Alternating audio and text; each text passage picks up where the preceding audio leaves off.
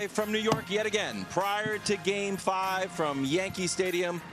It's the show that's two-part sports, one part, accidentally, food show now. Oh, really? We're a little bit of a food show because Brew went on a bit of a tour as we were waiting for Game 4 to start, and he has some rave reviews.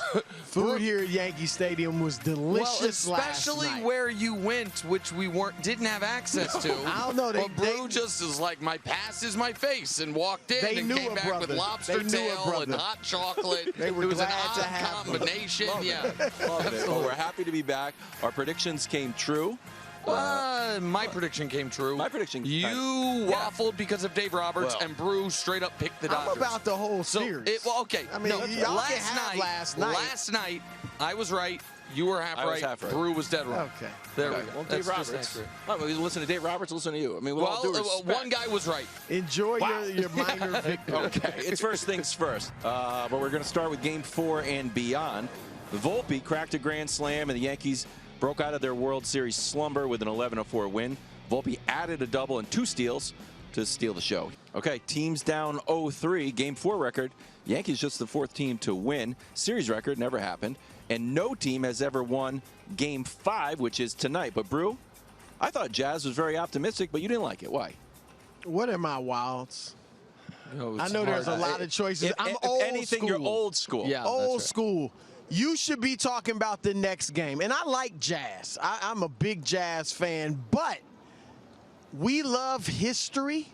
We want to make it. Do you think they're sitting in the locker room talking about history? Well, they literally were. No. I do think that.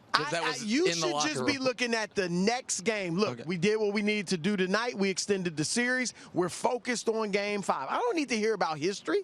So I'm just saying, I like you to focus. It's just like the Cowboys talking about the Super Bowl. All right? No, focus on the next game. So I just want Jazz to do that. He played well last night, but focus on the next game. Now, are they going to make history? They could win tonight, but we're really talking about the big history of winning the series. And look, great night for the Yankees last night, but I just want to bring it down a notch, okay? I look at this, Nick, as what we saw in the NBA Finals with the Boston Celtics and the Dallas Mavericks. Boston went up 3-0, won the first 3 games. Dallas came out, won Game 4 by nearly 40 points. And Nick was thinking an upset was in the making. You guys have to stop assigning me takes I didn't have. You have to stop doing that. Relax, and the next game, of course, Boston comes out and ends the series by almost 20 points. So, look, great night for the Yankees, as I said, but also remember the Dodgers kind of punted on that game, and they did that against the Mets in the NLCS as well. The bullpen game, it was the bullpen JV game.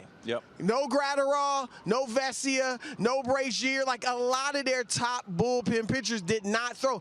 Poor Brent Honeywell was in there for 50 pitches, even though he was getting rocked. Okay, so they once they saw Dodgers came or Yankees came to play, they didn't waste their arms. They got 6 fresh arms. But that also might have been a mistake. Like, you're right that they did that. It was a 1-run game when Honeywell went in and ended up getting destroyed, and that might have been a mistake. That might have been what led to the series flipping. So, since we're going to focus on the making history piece of it just for a moment, let's show that same graphic Wild showed, because it kind of got glossed over. By winning tonight, they do make history. I know you're right. That's not what Jazz was saying, but no team has ever forced a Game 6, so they would be the first team to do that, which also means, and I know we'll talk about this more throughout the show, no team ever has faced the pressure of, we were up 3-0, and now we're playing a Game 6.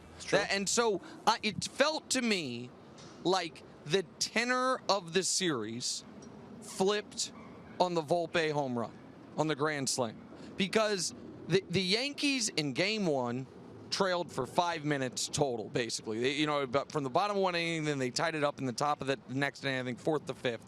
To me, that was a game the Yankees were supposed to win, and then obviously Freddie Freeman had the first of 4 straight home runs in this series, hits the grand slam. From the moment he swung his bat in the bottom of the 10th in Game 1 until the Volpe grand slam, that Dodgers never trailed. That was 20 straight innings where they were either tied or leading. And now, to me, it feels like The Yankees have steadied themselves. If you look at the numbers for the series as a whole, they are close to dead even at this point. Runs, tied. Hits, almost tied. Extra base hits still to the Dodgers. Average, exactly the same, but average with runners in scoring position to the Yankees. Home run edge to the Dodgers. And so I said it yesterday, and the reason that I think we talk about Dave Roberts making a mistake potentially. Aaron Boone deserves credit. I thought it was smart not to pitch Garrett Cole. Because to me, the Yankees are huge favorites tonight. True. They're literal significant favorites in Vegas, but also I think Vegas is underestimating because I think Cole's going to be excellent, and I think this crowd is going to be absolutely insane, and we felt it last night. So I think it's going back to L.A.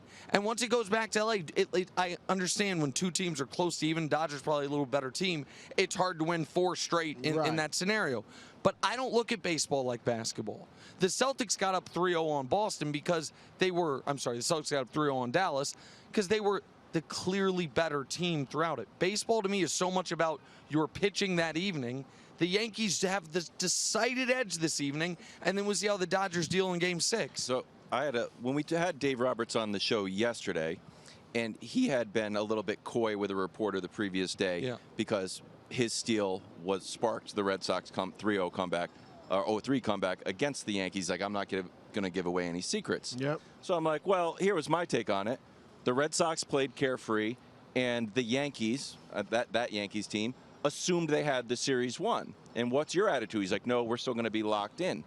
And then the opposite happened. Now, maybe it was great strategy, but here's what Bill Plaschke wrote. Very similar to what you were saying, bro. This loss is no big deal because they purposely didn't leave it all out there. For the 3rd time this postseason, and the other 2 have worked, comfortable with their lead and protecting their high leverage relievers for later games, the Dodgers punted. That's right, the Dodgers punted. But it seems like, and Dave Roberts saw this happen, one team, his team now, just assumes the series is over and they're giving away a game. And I understand it because it has worked. It has worked. But if it doesn't work, difference. This bullpen patchwork game is going to be looked at as the turning point. Yeah, but I think it's similar to the Garrett Cole situation. If the Yankees had lost last night, everybody would have second-guessed them about, why in the world didn't you throw Garrett Cole, the best pitcher in the series?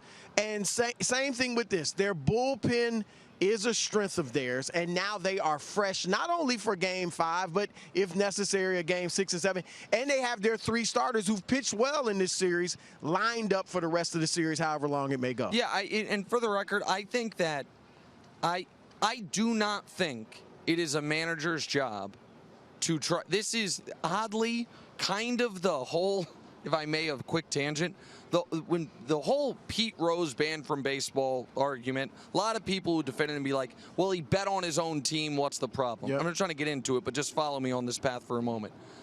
A manager's job is not actually to try to win every single game, particularly in the postseason. The job is to try to win the series. And so no matter what happens the rest of the way, I think Dave Roberts has earned the benefit of the doubt on, of course, I am trying to position my team best to get to 4 wins, not to necessarily, I'm not going to mortgage our ability to get the 4th win in games 5 or 6 because I'm going to add a few percentage points to our chance to get it in game 4. It's a courageous strategy. And maybe, as I said a moment ago, maybe it'll turn out that it was a mistake. But I think because of the injuries to their pitching, he has no perfect answers here, and he's had to kind of patchwork it. So I understand it. I just think I was looking at this series as Game 5, the Yankees won. I know it hasn't happened yet. I know that sounds premature. So if they could find a way to win yesterday, all of a sudden, it's 3-2 going to L.A. That's how I look at it, because I think Cole's going to be lights out tonight. All right, Aaron Judge came into the game batting 91 and had an interesting game. He got walked, he got hit, he reached on an error, and he lined one to left to drive in a run. Also, no strikeouts. Okay, Poppy was also, you know, what do you call himself? Like Poppy Nostradamus. He's predicting a big breakout. Do you think Judge is going to be out of his slump now, bro? Is it a slump? If it's a slump, then I think there's a good possibility. Because last night was great for him. Got on base, 3 times, hit by a pitch, walked, and then the single was actually got on base 4 times because of the error as well. Right. Yep. So he was on base, didn't strike out, which had been a huge problem for him. So if it's just a slump, then yeah, he could emerge from it and the rest might be history. But there's evidence that it's not just a slump, that it is a guy who over 7 years in the playoffs has struggled in the postseason. That's the question. And a lot of guys who have struggled historically in the playoffs, they generally, Alex Rodriguez has struggled here with the Yankees in the playoffs and broke out over an entire postseason. Yep. It's not just they break out in a game or they break out in a series. They break out kind of over an entire postseason. So that's the real question. We have these numbers we keep showing, but they show that this is not an aberration with Aaron Judge. Regular season to postseason, that's over his career. His numbers drop significantly. And so if this is just right now who Aaron Judge is in the playoffs, then you're not going to see a difference. But if it's just a slump, then I think he can break out of it, because last night was a positive for him. So I think definitively this cannot count as breaking out of his slump or for, turning his postseason page. I do think it was a number of very, very, very small steps in the right direction. I think each plate appearance, you could argue, was a little bit better than the last. The first one, he drew the walk and was patient. Yep. And man, oh man, it did seem like, again, we're not watching. We were at the game, so we didn't see the actual K zone. But there were a few from our seats looked like very close calls that he took, got the call. The next plate appearance, the hit by pitch. Okay, let's just throw that out almost. He didn't really get a chance at it. The next one, hard hit ground ball, error, get on. The next one, hit a ball hard in the air, but it was a fly out, and then he finally got the hit. So each one a little bit better. You mentioned didn't strike out. He had struck out 14 times in the last 6 games, and it was the first time in 7 games he didn't strike out. All postseason, it was only the 3rd game he had 0 strikeouts. So all of those are positive signs.